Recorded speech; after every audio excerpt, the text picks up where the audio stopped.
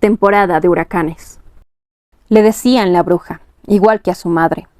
La bruja chica, cuando la vieja empezó el negocio de las curaciones y los maleficios. Y la bruja secas, cuando se quedó sola, allá por el año del deslave. Si acaso tuvo otro nombre inscrito en un papel ajado por el paso del tiempo y los gusanos, oculto tal vez en uno de esos armarios que la vieja atiborraba de bolsas y trapos mugrientos y mechones de cabello arrancado y huesos y restos de comida. Si alguna vez llegó a tener un nombre de pila y apellidos como el resto de la gente del pueblo, fue algo que nadie supo nunca. Ni siquiera las mujeres que visitaban la casa los viernes oyeron nunca que la llamara de otra manera. Era siempre tú, sonsa, o tú, cabrona, o tú, pinche hija del diablo, cuando quería que la chica fuera a su lado, o que se callara, o simplemente para que se estuviera quieta debajo de la mesa y la dejara escuchar las quejas de las mujeres, los gimoteos con los que salpimentaban sus cuitas, achaques y desvelos, los sueños de parientes muertos, las broncas con aquellos aún vivos y el dinero. Casi siempre era el dinero, pero también el marido y las putas esas de la carretera, y que yo no sé por qué me abandonan justo cuando más ilusionada me siento. Le lloraban. ¿Y todo para qué? Gemían. Mejor era morirse ya, de una vez, que nadie sepa nunca que existieron. Y con la esquina de rebozo se limpiaban la cara, que después de todos modos se cubrían al salir de la cocina de la bruja. Porque no fuera a ser que luego dijeran, una nunca sabía, con lo chismosa que era la gente del pueblo, de que una iba con la bruja porque se tramaba una venganza contra alguien, un maleficio contra la cuesca que andaba sonsacando al marido, porque no faltaba la que inventaba falsos cuando una inocentemente lo que nomás andaba buscando era un remedio para el empacho de este pinche chamaco atascado que se zampó solito 1 kilo de papas,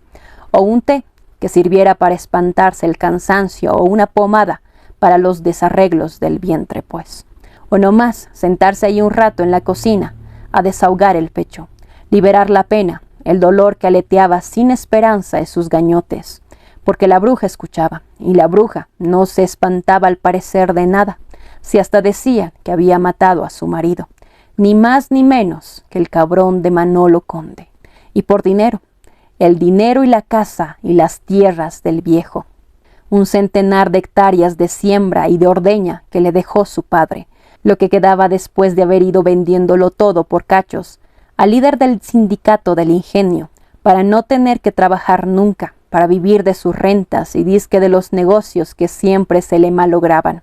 Y era tan grande aquel latifundio, que cuando don Manolo murió todavía quedaba un buen trozo que daba una renta interesante, tan así que los hijos del viejo, 2 chamacos ya grandes con las carreras terminadas, que don Manolo tuvo con la que era su esposa legítima, allá en Montiel Sosa, se dejaron caer al pueblo tan pronto supieron la noticia. Un infarto fulminante. Fue lo que les dijo el médico de Villa cuando los muchachos llegaron a la casa aquella, en medio de los cañaverales donde estaban velando el cadáver. Y ahí mismo, enfrente de todo el mundo, le dijeron a la bruja que tenía hasta el día siguiente para largarse de la casa y del pueblo. Que estaba loca si creía que ellos permitirían que una furcia se quedara con los bienes de su padre. Las tierras, la casa, aquella casa que después de tantos años aún seguía en obra negra, grandiosa y mal hecha como eran los sueños de don Manolo, con su escalinata y su barandal de querubines de yeso, y los techos altísimos en donde anidaban los murciélagos, y el dinero que según estaba escondido en algún lugar de esa casa.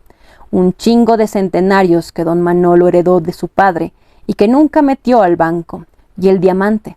El anillo de diamantes que nadie había visto nunca, ni siquiera los hijos, pero que decían que tenía una piedra tan grande que parecía falsa, una auténtica reliquia que había pertenecido a la abuela de don Manolo, la señora Chusita Villagarbosa de los Monteros de Conde,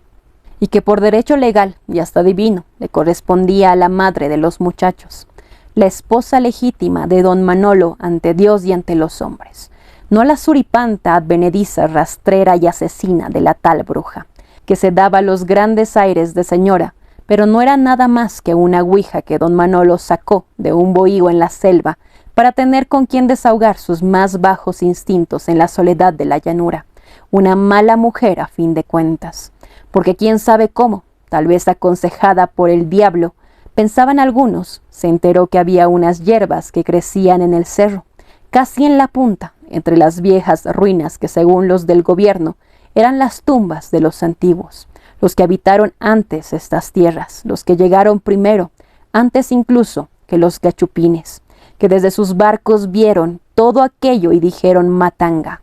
Estas tierras son de nosotros y del reino de Castilla, y los antiguos,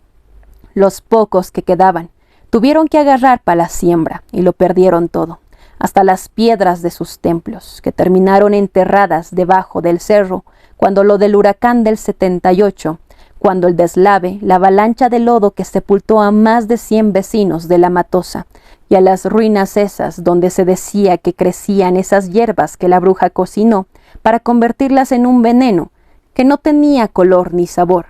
ni dejó rastro alguno, porque hasta el médico de Villa dijo que don Manolo había muerto de un infarto. Pero los hijos necios con que había sido un veneno, y la gente luego culpó también a la bruja de la muerte de los hijos de don Manolo, pues el mismo día del entierro se los llevó Pifas en la carretera, cuando iban de camino al cementerio de Villa. Encabezando el cortejo, los dos murieron aplastados por una carga de varillas de fierro que se les saltó a un camión que iba delante de ellos. Puro fierro ensangrentado se veía en las fotografías que el periódico publicó al día siguiente. Una cosa espantosa porque nadie supo nunca explicar cómo fue que pudo pasar ese accidente, cómo fue que las varillas se soltaron de la trinca y atravesaron el parabrisas y los dejaron todos ensartados. Y no faltó el que se agarró de ahí para decir que la bruja tenía la culpa, que la bruja les había hecho un maleficio, que con tal de no perder la casa ni las tierras, la mala mujer aquella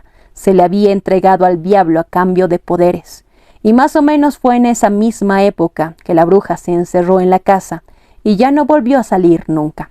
ni de día ni de noche, tal vez por miedo a la venganza de los Conde, o tal vez porque ocultaba algo,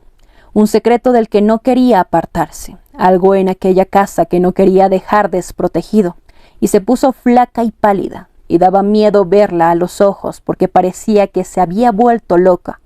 y eran las mujeres de La Matosa las que le llevaban cosas de comer a cambio de que las ayudara, de que les preparara sus remedios, los menjurjes que la bruja cocinaba con las hierbas que ella misma plantaba en la huerta de su patio, o las que mandaba a las mujeres a buscar al cerro, cuando todavía existía el cerro. Esa fue también la época en la que la gente empezó a ver al animal volador que por las noches perseguía a los hombres que regresaban a casa por los caminos de tierra entre los pueblos, las garras abiertas para herirlos, o tal vez para llevárselos volando hasta el infierno, los ojos del animal iluminados por un fuego espantoso, la época también en que empezaron con el rumor de la estatua aquella que la bruja tenía escondida en algún cuarto de aquella casa, seguramente en los del piso de arriba, a donde no dejaba pasar a nadie nunca, ni siquiera las mujeres que iban a verla, y donde decían que se encerraba para fornicar con ella, con esta estatua, que no era otra cosa que una imagen grandota del chamuco, la cual tenía un miembro largo y gordo, como el brazo de un hombre empuñando la faca, una verga descomunal con la que la bruja se ayuntaba todas las noches sin falta, y era por eso que ella decía que no le hacía falta marido, y en efecto, después de la muerte de don Manolo, no volvió a conocérsele hombre alguno a la hechicera. Y pues cómo, si ella misma se la pasaba echando pestes de los varones, diciendo que eran todos unos borrachos y unos huevones, unos pinches perros revolcados, unos puercos infames, y que antes muerta que dejar que cualquiera de esos culeros entrara a su casa, y que ellas, las mujeres del pueblo, eran unas pendejas por aguantarlos. Y los ojos le brillaban cuando decía eso, y por un segundo volvía a verse hermosa de nuevo, con los cabellos alborotados y las mejillas pintadas de rosa por la emoción. Y las mujeres del pueblo se santiguaban porque podían imaginarla desnuda, montando al diablo y hundiéndose en su verga grotesca hasta la empuñadura, el semen del diablo escurriéndole por los muslos, rojo como la lava, o verde y espeso, como los menjurjes que borboteaban en el caldero sobre el fuego y que la bruja les daba a beber a cucharadas para curarlas de sus males, o tal vez negro, como el chapopote, negro como las pupilas inmensas y el cabello enmarañado de la criatura que un día descubrieron escondida bajo la mesa de la cocina, agarrada a la falda de la bruja, tan muda y entenca, que en silencio muchas mujeres rezaron para que no durara viva mucho tiempo, para que no sufriera. La misma criatura que tiempo después sorprendieron sentada al pie de las escaleras, con un libro abierto sobre las piernas cruzadas, sus labios chasqueando en silencio las palabras que sus ojazos negros iban leyendo. Y la noticia corrió en cuestión de horas, porque ese día hasta en Villa supieron que la hija de la bruja seguía viva. Cosa rara, porque hasta los engendros, que de vez en cuando parían los animales, los chivos de 5 patas o los pollos de 2 cabezas, se morían a los pocos días de abrir los ojos. Y en cambio, la hija de la bruja, la chica, como empezaron a llamarla desde entonces, aquella criatura parida en el secreto y la vergüenza, se hacía más grande y más fuerte con cada día que pasaba, y pronto fue capaz de llevar a cabo cualquier quehacer que la madre le enjaretara: cortar la leña y acarrear el agua del pozo y caminar hasta el mercado de Villa, 13 kilómetros y medio de ida y 13 y medio de vuelta, con las bolsas del mercado y los guacales a cuesta, sin pararse nunca a descansar un instante, mucho menos apartarse del camino o pajarear con las demás chamacas del pueblo, porque de todos modos ninguna se atrevía a hablarle, ninguna siquiera se reía de ella, de sus pelos crespos y enmarañados, y sus vestidos harapientos y sus enormes pies descalzos, tan alta y tan desgarbada, briosa como un muchacho, y más inteligente que cualquiera, porque después de un tiempo se supo que era la chica la que llevaba el gasto de la casa y la que negociaba las rentas con las gentes del ingenio, que seguían al sobres de aquel pedazo de tierra y aguardaban un descuido de las brujas para despojarlas con argucias legales, aprovechando que no había papeles, que no había hombre alguno que las defendiera, aunque ni falta que les hacía, porque la chica, quién sabe cómo había aprendido a negociar los dineros, y era tan cabrona que incluso un día se apareció por la cocina a ponerle precio a las consultas, porque la vieja, que en ese entonces no pasaba de los 40 años, pero que parecía ya de 60 por las arrugas y las canas y todos esos pellejos colgándole. A la vieja ya se le había ido la onda y se olvidaba cobrar las consultas, o se conformaba con que las mujeres quisieran darle una panela de piloncillo, un cuarto de garbanzos secos, un cucurucho de limones ya medio podridos o un pollo con gusanera. Chingaderas, vaya. Hasta que la bruja chica puso un alto al desgarriate, y un día se apareció en la cocina y con su voz tosca, desacostumbrada a hablar, dijo que los obsequios que las mujeres llevaban no bastaban para cubrir el precio de la consulta, y que las cosas ya no podían seguir así, que a partir de entonces habría tarifas según la dificultad del encargo, según los recursos que la madre debiera emplear y el tipo de magia requerida para lograr el cometido. Porque ¿cómo iba a ser lo mismo curar unas almorranas que hacer que el hombre ajeno se rindiera por completo a los pies de una, o permitirles hablar con la madre muerta para saber si les ha perdonado el abandono en que la tuvieron en vida, ¿verdad? Así que de ese día en adelante las cosas iban a cambiar, y a muchas esto no les gustó nada, y dejaron de ir los viernes, y cuando se sentían mal, iban con ese señor de palo gacho, que parecía ser más efectivo que la bruja, porque a él iban a verlo desde la capital, gente famosa de la televisión, futbolistas, políticos en campaña, aunque pues sí,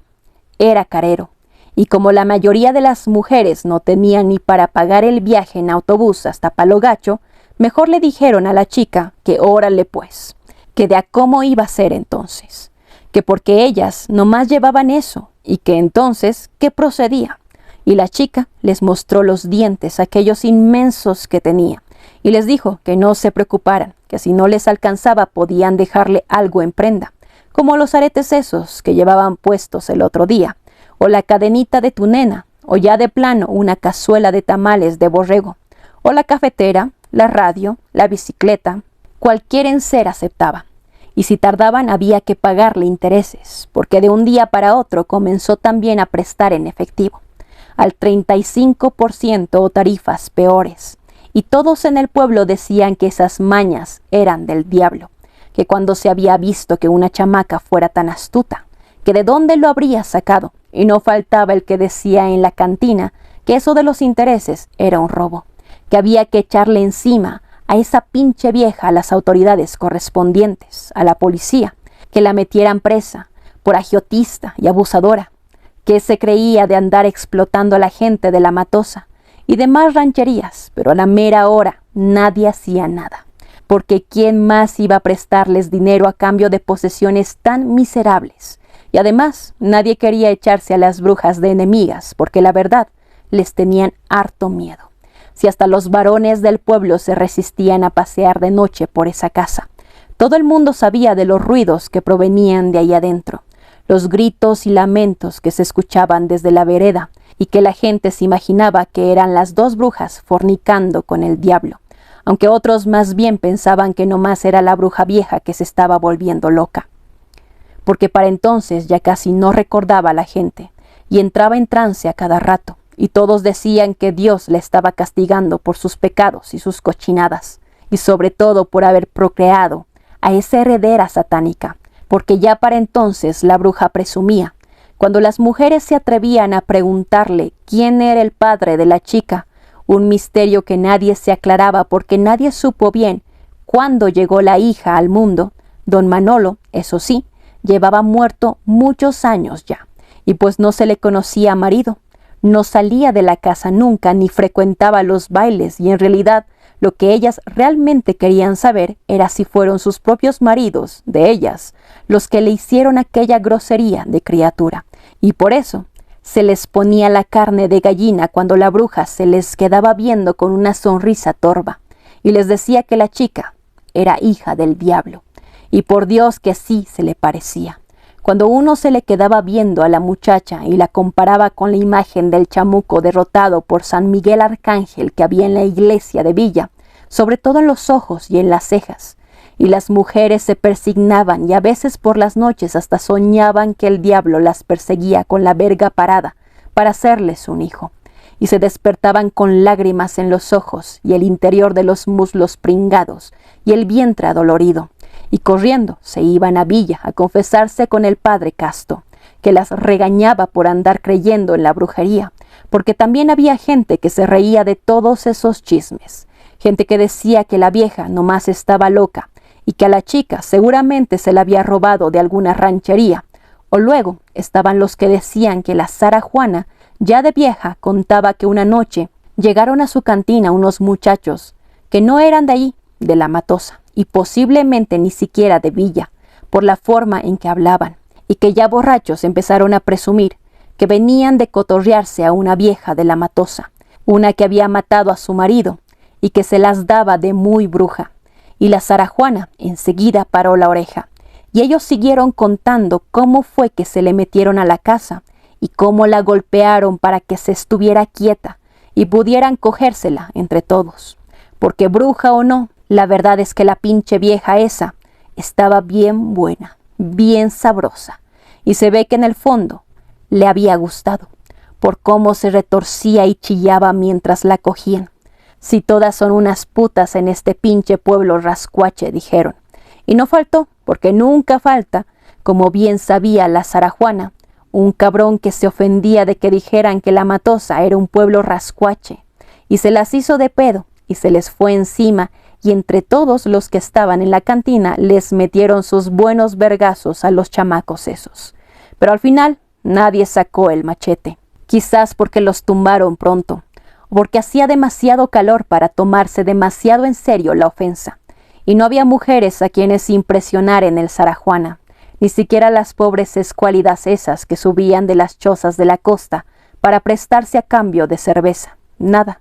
solo ellos y la Sara, que para entonces ya era para ellos como cualquier otro macho, de esos de cara prieta, y bigote obligado y botella de cerveza caldeándose en la mano, y el chirrido del ventilador sobre el techo, rajando con esfuerzo la calina que sus cuerpos despedían, y la grabadora, sacatito pa'l conejo, tronando sola junto a la candela, tiernito verde voy a cortar, frente a la estampa de Martín Caballero, para llevarle al conejito, y la sábila atada en el listón empapado en agua bendita, que ya empieza a desesperar. Sí, señor, cómo no. Y aguardiente de caña para conjurar las envidias, explicaba la bruja, para devolver el mal a quien lo merece, a quien lo envía. Por eso sobre la mesa de su cocina, mero en el centro, sobre un plato con sal gruesa, había siempre una manzana roja atravesada de arriba abajo con un cuchillo filetero y un clavel blanco que por ahí del viernes por la mañana las mujeres que madrugaban para ir a verla encontraban ya todo mustio y chupado, como podrido, amarillado por las malas vibras que ellas mismas dejaban en aquella casa, una especie de corriente negativa que ellas creían acumular dentro en tiempos de aflicción y desgracia, y que la bruja sabía cómo purgarles con sus remedios. Una miasma espesa pero invisible que se quedaba flotando en el aire viciado de esa casa encerrada, porque pues nadie supo bien cuándo había empezado el pavor de la vieja a las ventanas. Pero para cuando la chica ya andaba por ahí correteando en la penumbra del salón del otro lado de la cocina, a donde nadie se atrevía a pasar nunca, para ese entonces y con sus propias manos, la vieja ya había tapiado todas las ventanas con bloque y cemento, y palos y alambrada y hasta la puerta principal de roble casi negro, por donde sacaron el ataúd de don Manolo para llevárselo a enterrar a Villa. Hasta esa puerta la tapó con ladrillo y pedacería de madera y cuanto pudo para que ya nunca se abriera, y entonces ya solo se podía entrar a la casa por una puertecita que daba a la cocina desde el patio, porque por algún lado tenía que salir la chica a meter el agua, a cuidar la huerta y hacer el mandado, y como no podía cerrarla entonces la bruja, mandó a poner una reja con barrotes más gruesos que los de las celdas en la cárcel de Villa, o eso era lo que presumía el herrero que le hizo el trabajo, y que cerraba con un candado del tamaño de un puño, cuya llave llevaba siempre la vieja metida en el corpiño sobre el seno izquierdo. Una reja que cada vez más a menudo las mujeres del pueblo hallaban siempre cerrada, y como no se atrevían a tocar, se quedaban ahí esperando hasta que escuchaban, a veces, los gritos y las blasfemias y los alaridos que la vieja lanzaba mientras azotaba los muebles contra las paredes o contra el suelo, a juzgar por el ruido que se oía desde el patio mientras la chica, como años después les contaría a las chicas de la carretera, se ocultaba bajo la mesa de la cocina y agarraba el cuchillo y se hacía ovillo ahí abajo, como cuando era niña y todo el pueblo creía y esperaba y hasta rezaba para que se muriera enseguida, para que no sufriera, que porque tarde o temprano el diablo iba a venir a reclamarla como suya y la tierra se partiría en dos y las brujas caerían al abismo, derechito al lado del fuego del infierno, una endemoniada y la otra, por todos los crímenes que cometió con sus brujerías, por haber envenenado a don Manolo y hechizado a los hijos para que murieran en aquel accidente, por capar a los hombres del pueblo y debilitarlos con sus trabajos y brujerías, y sobre todo, por haber arrancado del vientre de las malas mujeres la semilla implantada ahí por derecho, disolverla en aquel veneno que la vieja preparaba a quien se lo pidiera, y cuya receta heredó a la chica antes de morirse, durante aquel encerrón que se dieron en los días previos al deslave del año 78, cuando el huracán azotó contra la costa con furia y encono, y relámpagos estentorios tupieron de agua el cielo durante días enteros, anegando los campos y pudriéndolo todo, ahogando a los animales que pasmados por el viento y los truenos no pudieron salir a tiempo de los corrales, y hasta aquellos niños que nadie alcanzó a tomar en brazos cuando el cerro se desgajó, y se vino abajo con un fragor de rocas, y encinos desenraizados, y un lodo negro que arrasó con todo hasta derramarse sobre la costa, y convirtió en camposanto 3/4 partes del poblado ante los ojos enrojecidos por el llanto de los que sobrevivieron, no más porque alzaron a cogerse de las ramas de los mangos, cuando el agua se fue sobre de ellos, y aguantaron días ahí, abrazados a las copas, hasta que los soldados los sacaron a bordo de lanchas. Una vez que el meteoro se disipó, tras internarse en la sierra y el sol volvió a brillar por entre las nubes plomizas y la tierra comenzó a endurecerse de nuevo, y la gente, empapada hasta el tuétano, las carnes invadidas de líquenes, parecidos a corrales diminutos, con sus bestias y los hijos que les sobrevivieron a cuestas. Llegaron en tropel a Villa Garbosa, a buscar refugio, ahí donde el gobierno los mandara, los bajos del palacio municipal, el atrio de la iglesia, y hasta la escuela suspendió las clases para recibirlos durante semanas enteras con sus cachivaches y sus lamentos, y sus listas de muertos y desaparecidos, entre los que ya contaban a la bruja y a su hija la endemoniada, porque nadie había vuelto a verlas después del meteoro. Fue muchas semanas más tarde cuando la chica se apersonó una mañana en las calles de Villa, vestida de negro por completo, negras las medias y negros los vellos de sus piernas, y negra la blusa de manga larga, y la falda y los zapatos de tacón, y el velo que se había prendido con pasadores al chongo que recogía sus largos y oscuros cabellos en lo alto de la coronilla, una imagen que pasmó a todos. No sabían si desde el espanto o de la risa, por lo ridícula que lucía, con el calorón como para coserle a uno los sesos y esta sonza vestida de negro.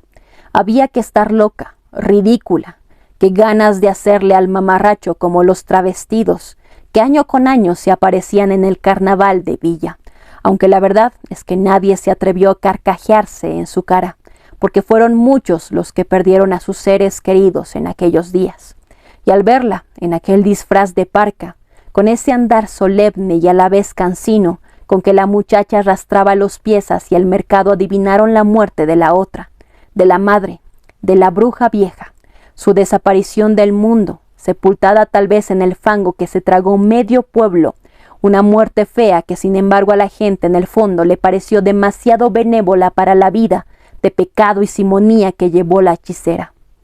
Y nadie,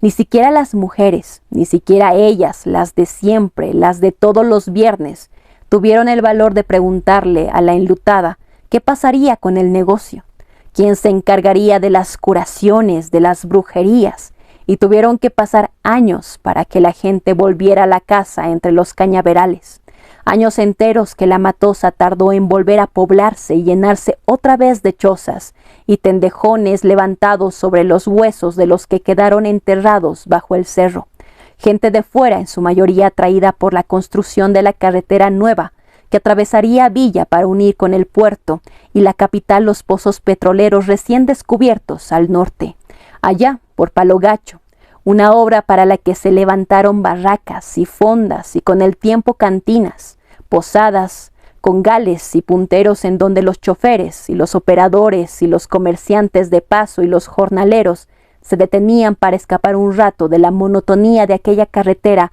flanqueada de cañas, kilómetros y kilómetros de caña, y pastos y carrizos que tupían la tierra, desde el borde mismo del asfalto hasta las faldas de la tierra al oeste, o hasta la costa abrupta del mar siempre furioso en aquel punto, al este. Matas y matorrales achaparrados cubiertos de enredaderas que en la época de lluvias crecían a velocidades escabrosas, que amenazaban con tragarse las casas y los cultivos, y que los hombres mantenían a raya a punta de machete, encorvados a las orillas de la carretera, en los márgenes del río, entre los surcos de la labor, los pies metidos en la tierra caliente, demasiado ocupados y demasiado orgullosos algunos, como para hacerle caso a las miradas melancólicas que les dirigía. Desde lejos, desde el sendero de tierra, el espectro aquel que vestido de negro rondaba los parajes solitarios del pueblo, las parcelas en donde trabajaban las cuadrillas de los novatos, los muchachos recién admitidos al sueldo de hambre, lampiños todos, correosos como sogas todos, los músculos de sus brazos y sus piernas y sus vientres estrujados por el trabajo y el sol abrasador, y las corretizas en pos de un balón de trapo sobre la cancha del pueblo, al caer la tarde, y las carreras enloquecidas para ver quién llegaba primero a la bomba del agua, quién se tiraba antes al río, quién era capaz de hallar primero la moneda arrojada desde la orilla,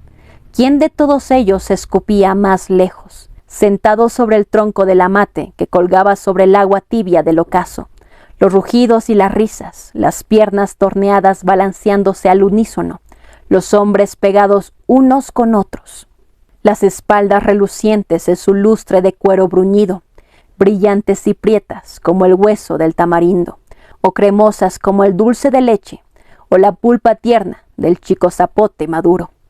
Pieles color canela, color caoba tirando a palo de rosa, pieles húmedas y vivas que desde lejos, desde aquel tronco a varios metros de distancia desde donde la bruja los espiaba, se le figuraban tersas pero firmes y apretadas como la carne acidulada de la fruta aún verde, la más irresistible, la que más le gustaba, por la que suplicaba en silencio,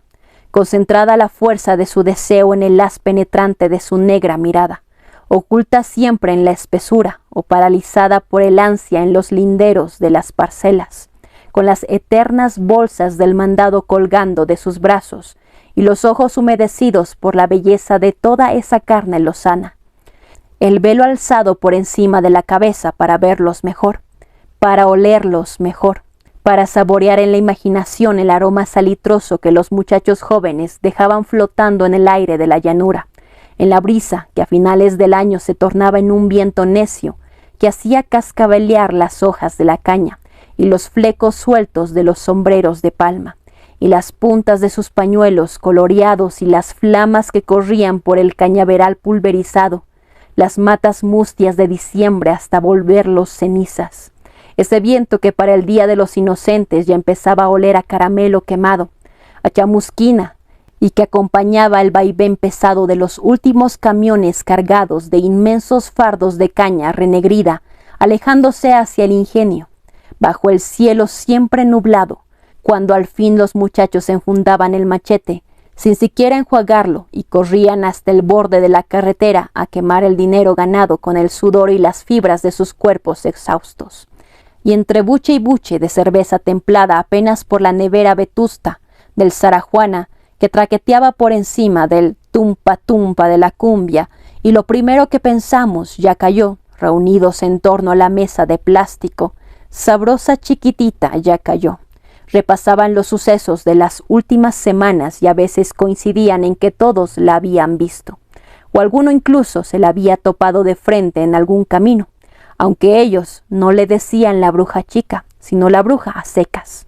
y en su ignorancia y juventud la confundían a la vez con la vieja, y con los espantos de los cuentos que las mujeres del pueblo les contaban cuando eran pequeños, las historias de la Llorona, la mujer que mató a su prole entera por despecho, y cuyo capricho le valió ser condenada a penar por toda la eternidad sobre la tierra, y a lamentarse de su pecado convertida en un espectro horrible, con cara de mula encabritada y patas de araña peluda. O la historia de la niña de blanco, el fantasma que se te aparece cuando desobedeces a la abuela y te sales de noche a la casa para hacer cabronadas. Y la niña de blanco te sigue y cuando menos te lo esperas de pronto te llama por tu nombre y cuando te volteas te mueres de espanto al ver su rostro de calavera. Y la bruja era para ellos un espectro semejante, pero harto más interesante por verdadero. Una persona de carne y hueso que andaba por los pasillos del mercado de Villa, saludando a las merchantas, y no esas mamadas fantasmales que dicen las abuelas y las madres y las tías. Pinche bola de viejas argüenderas, que lo que no quieren es que uno ande de cabrón por ahí en los descampados, ¿verdad? Y con lo divertido que es salirse de la casa en la noche y hacer maldades, espantar a los borrachos y tentar a las chamacas cuescas. Que bruja ni que 8 cuartos coincidían, esa vieja lo que quiere es cabeza, decía un vivillo. Si me va a chupar la bruja, que empiece por ahí por el tallo, decía otro, y se agarraba las talegas. Y entre la guasa y la risa y los eructos y las palmadas contra la mesa y las carcajadas que más bien parecían alaridos, no faltaba el gañán que se quedaba pensando que con todas esas tierras y con todo ese dinero que supuestamente tenía ahí escondido en cofres y sacos repletos de monedas de oro, que con todas esas riquezas la bruja esa de los cañaverales bien podía darse el lujo de pagar por lo que ellos daban gratis a las muchachas del pueblo, y a uno que otro borrego perdido que lo andaba mereciendo, ¿verdad? Aunque nadie supo bien quién fue el valiente que se animó primero, el que juntó valor para cruzar la noche hasta llegar al caserón de la hechicera, cuidando bien que no lo vieran pararse frente a la reja, frente a la puerta de la cocina que de pronto se abría para revelar la presencia de una mujer muy alta y muy flaca, el manojo de llaves tintineando entre sus manos de palmas pálidas como cangrejos lunares que por momentos asomaban por las mangas negras de aquella túnica que parecía flotar en la oscuridad. Y es que el resplandor de las brasas que calentaban el caldero apenas alumbraba, aunque sí llenaba la cocina de vapores alcanforados, que persistían varios días en el cabello de los muchachos que se fueron atreviendo, por ambición o adrenalina, por morbo o necesidad, a transar con la sombra que todas las noches les esperaba, temblorosa, lo más rápido posible para después correr por la vereda, a través de la campiña hasta llegar a la carretera, de vuelta a la seguridad del Sarajuana, donde el dinero que la sombra te metía en el bolsillo cuando al fin se decidía a soltarte era consumido en cervezas templadas. Y ni siquiera tuve que verle la cara, presumía el patán en turno, a quien quisiera escucharle. Ni siquiera había tenido que hacer nada más que soportar sus manos y dejarse lamer por una boca que era también como una sombra, que aparecía y desaparecía detrás de la tela áspera y mugrienta que le cubría la cara, y que apenas se levantaba lo necesario cuando hacía falta, pero que nunca desvelaba por completo, y hasta cierto punto ellos se lo agradecían, así como le agradecían el silencio casi absoluto en el que se desarrollaba todo aquello, sin gemidos, ni suspiros, ni distracciones, ni palabras de ningún tipo, solo carne contra carne, y un poco de saliva en la negrura brumosa de la cocina o en los pasillos decorados con imágenes de mujeres desnudas cuyos ojos de papel habían sido arrancados con las uñas. Y cuando el chisme de que la bruja pagaba llegó hasta Villa, y el resto de las rancherías de ese lado del río, aquello se volvió una procesión, un peregrinar continuo de muchachos y hombres ya hechos que se peleaban por entrar primero, y a veces nomás iban a echar bola, a bordo de camionetas y con la radio a todo volumen, y cajas de cerveza que metían por la puerta de la cocina, y se encerraban adentro y se escuchaba música y un bullicio como de fiesta, para espanto de las vecinas y sobre todo de las pocas mujeres decentes que aún quedaban en el pueblo,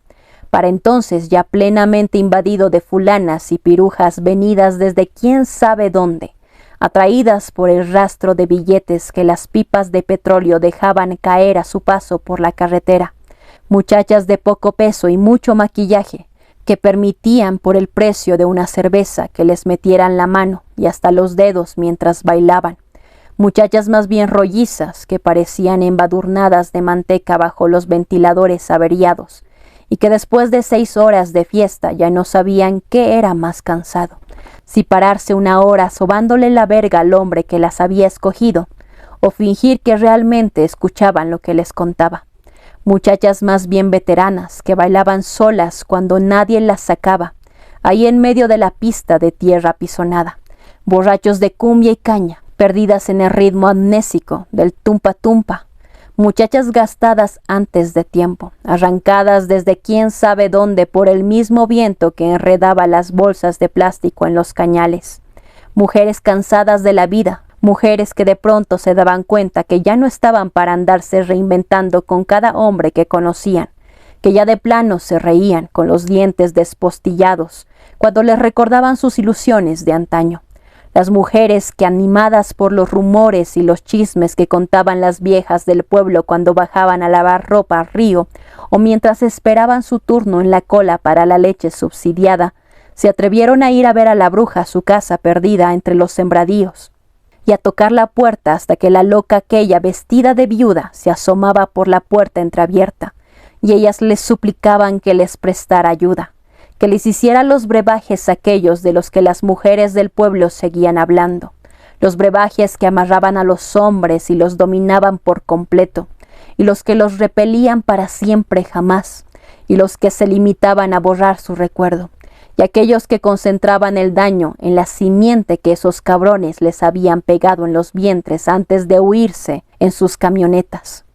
Y aquellos otros, todavía más fuertes, que supuestamente liberaban los corazones de los resplandores fatuos del suicidio. Fueron ellas las únicas, en suma, a las que la bruja decidió ayudar, y cosas raras sin cobrarles un solo peso, lo cual era bueno porque la mayor parte de las chicas de la carretera con dificultad comían una vez al día, y muchas no eran dueñas ni de la toalla con la que se limpiaban los humores de los machos con los que cogían,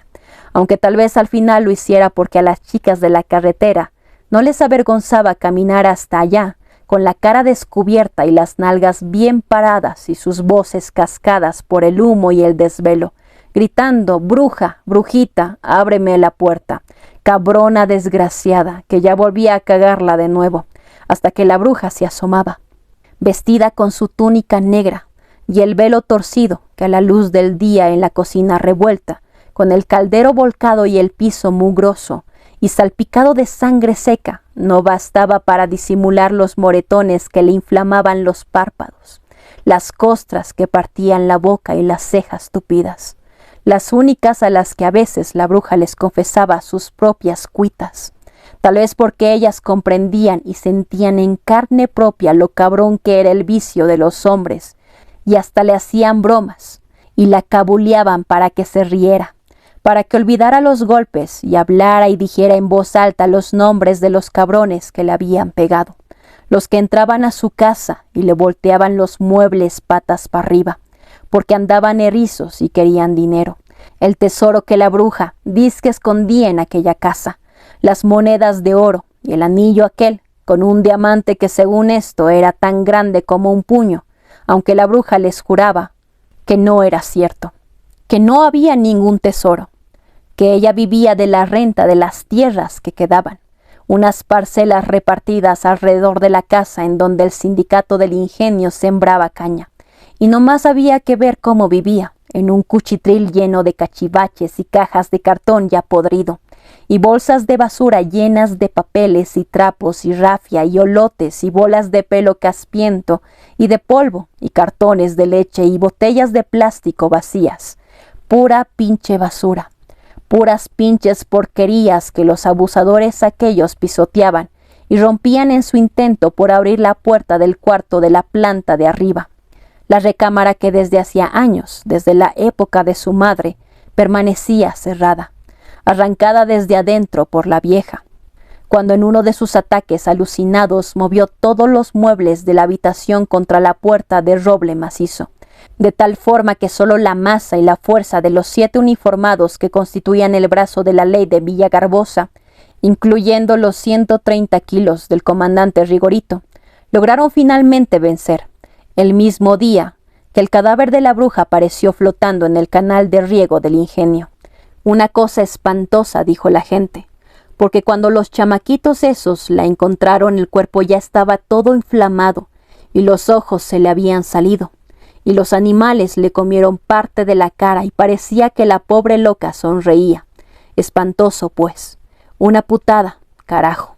Si ella, en el fondo, era bien buena, y siempre las estaba ayudando, y no les cobraba nada, ni les pedía nada a cambio más que un poquito de compañía. Por eso fue que se animaron entre todas las chicas de la carretera y una que otra que trabajaba en las cantinas de Villa a juntar aquel dinerito para darle un entierro digno al pobre cuerpo podrido de la bruja. Pero esos ojetes del ministerio de Villa, que vayan y chinguen todos a su puta madre, por inhumanos no quisieron entregarles el cadáver a las mujeres. Primero, que porque era la prueba del delito y que las diligencias aún no terminaban. Y luego, que porque ellas no tenían papeles que demostraran parentesco con la víctima, y que por eso no tenían derecho a hacerse con el cuerpo. Pinches culeros, ¿qué papeles podían enseñarles si nadie en el pueblo supo nunca cómo se llamaba aquella pobre endemoniada? Si ella misma nunca quiso decirle su nombre verdadero, decía que no tenía, que su madre nomás le chistaba para hablarle, o la llamaba sonsa, cabrona, hija del diablo, le decía. Debí matarte cuando naciste. Debí tirarte al fondo del río, pinche vieja, pinche culera. Pero bien mirados sus motivos tenía para recluirse de aquella manera, después de lo que esos culeros le hicieron. Pobre bruja, pobre loca. Ojalá que de menos sí agarren al chacal o los chacales que le rebanaron el cuello.